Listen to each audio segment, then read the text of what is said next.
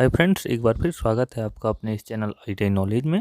आज हम इलेक्ट्रीशियन के टॉप 50 क्वेश्चन देखने वाले हैं जो कि आईटीआई में ट्रेनिंग ऑफिसर या अन्य इलेक्ट्रिकल से रिलेटेड एग्जाम की दृष्टि से बहुत ही महत्वपूर्ण होने वाले हैं।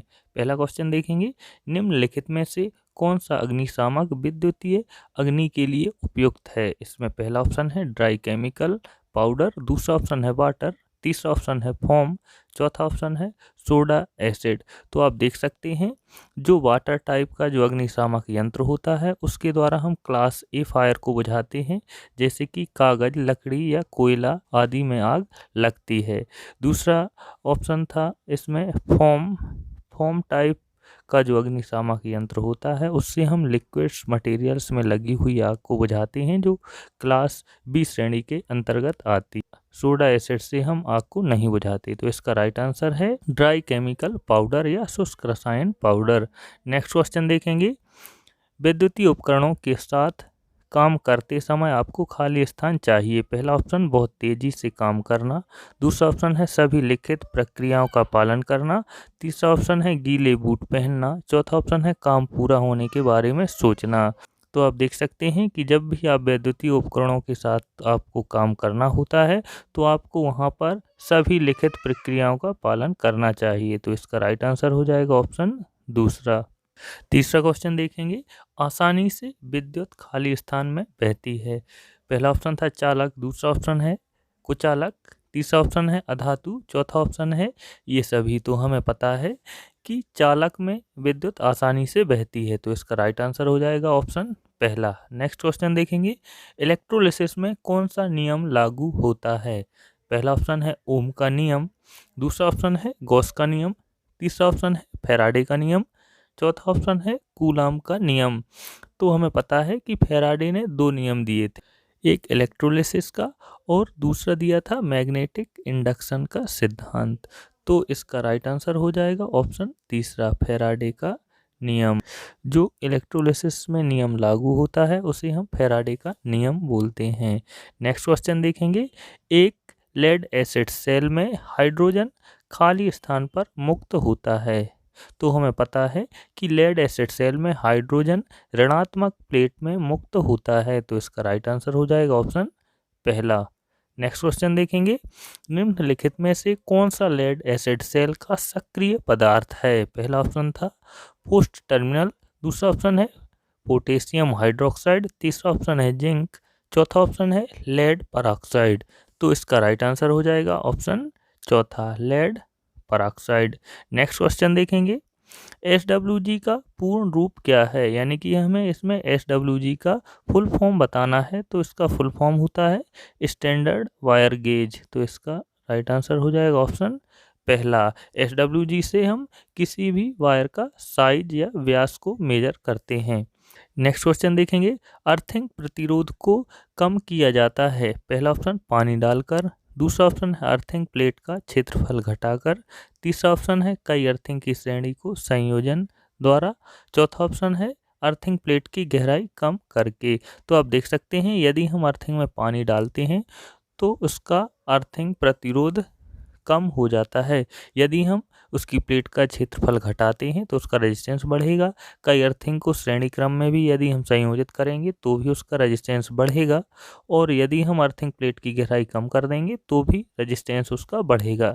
तो आप देख सकते हैं कि हम अर्थिंग का रेजिस्टेंस पानी डालकर या उसमें नमक या कोयला डालकर भी उसका रेजिस्टेंस कम करते हैं। नेक्स्ट क्वेश्चन देखेंगे, डेल्टा संयोजित परिपथ में जब एक प्रतिरोधक खुला होता है तो शक्ति होगी। पहला ऑप्शन है 0, दूसरा ऑप्शन है 3 बार बढ़ेगी, तीसरा ऑप्शन है मूल से यानी कि ओरिजिनल से 1/√3 बार कम होगा, चौथा ऑप्शन है मूल से 1/3 बार कम होगा। तो इसका राइट आंसर हो जाएगा ऑप्शन तीसरा, ओरिजिनल 1/√3 बार कम होगा।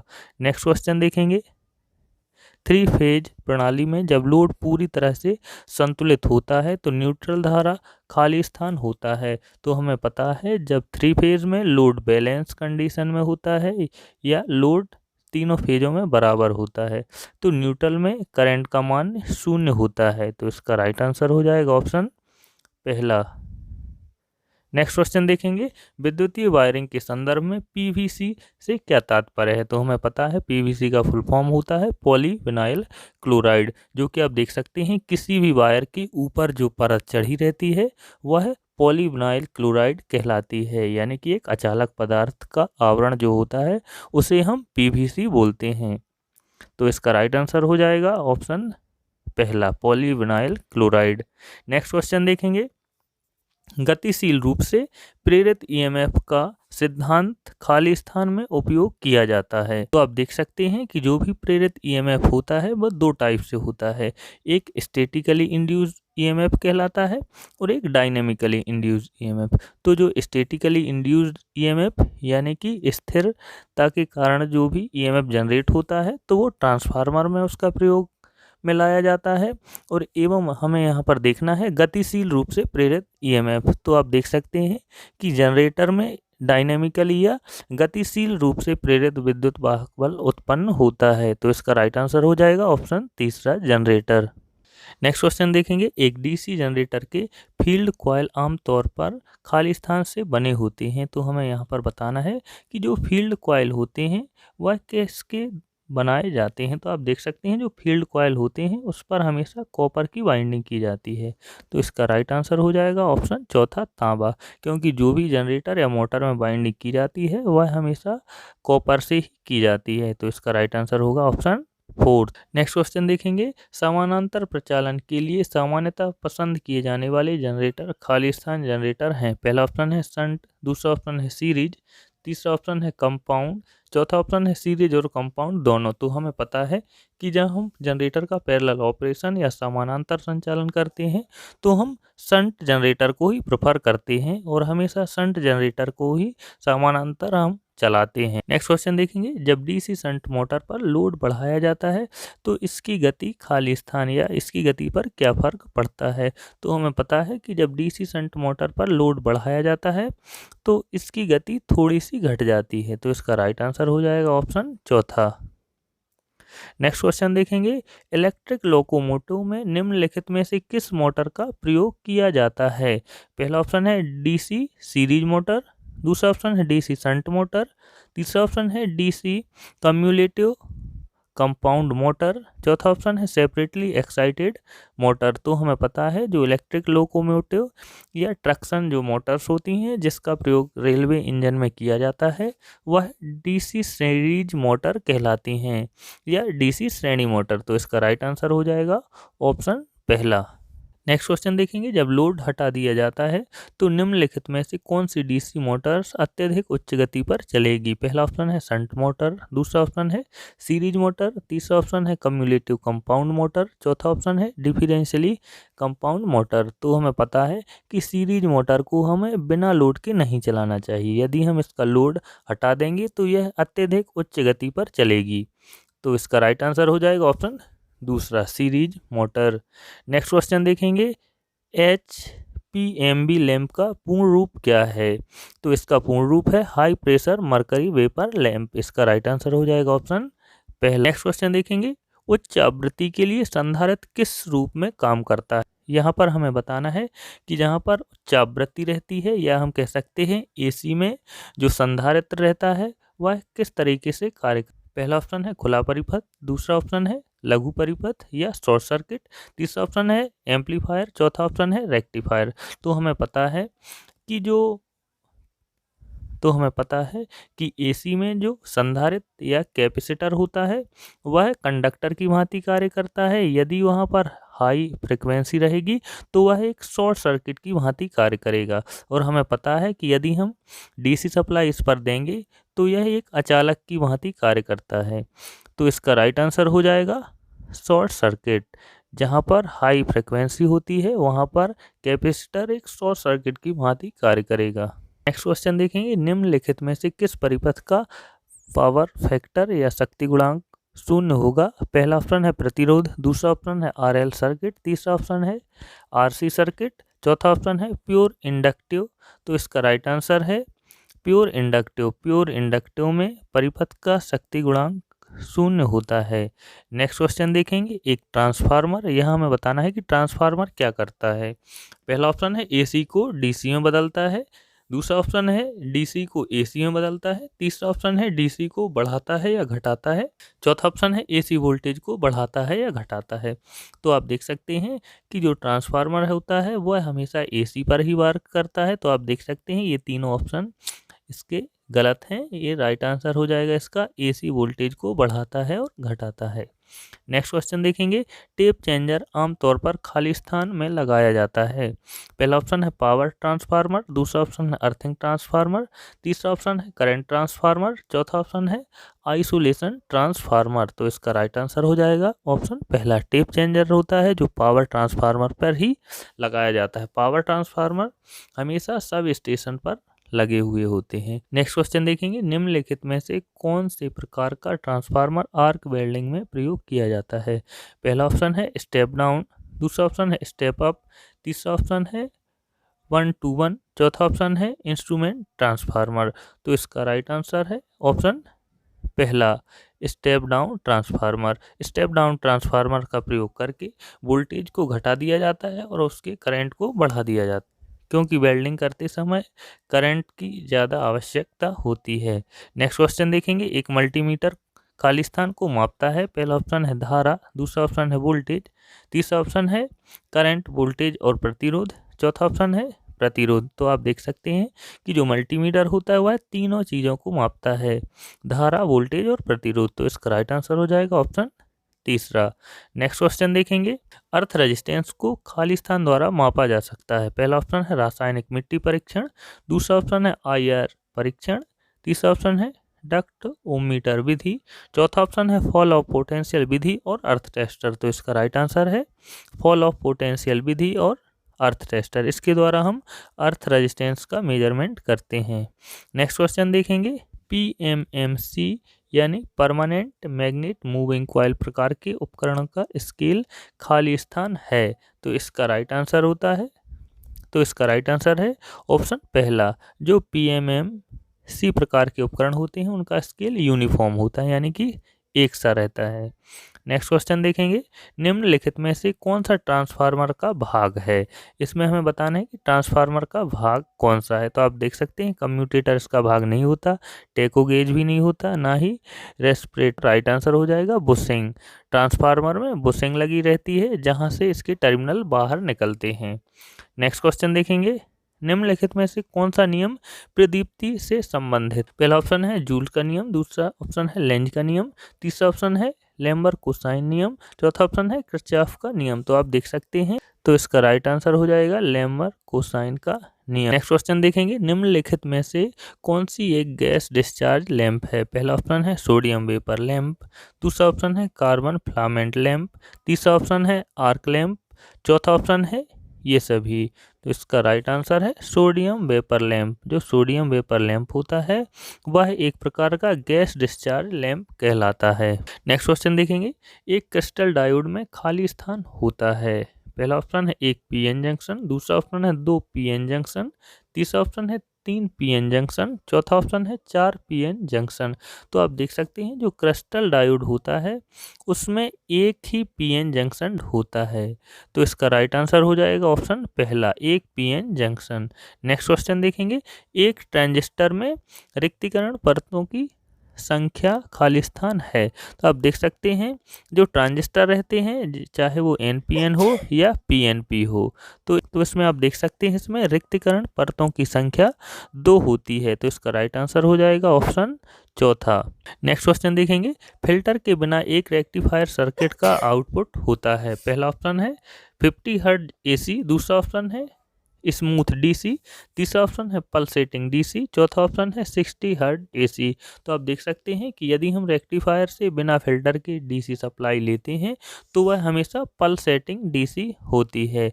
पल्सेटिंग का मतलब यदि यहाँ पर DC सप्लाई यहाँ पर हमें प्राप्त होगी तो वह इस तरीके से पल्सेटिंग होगी, प्योर DC नहीं होगी।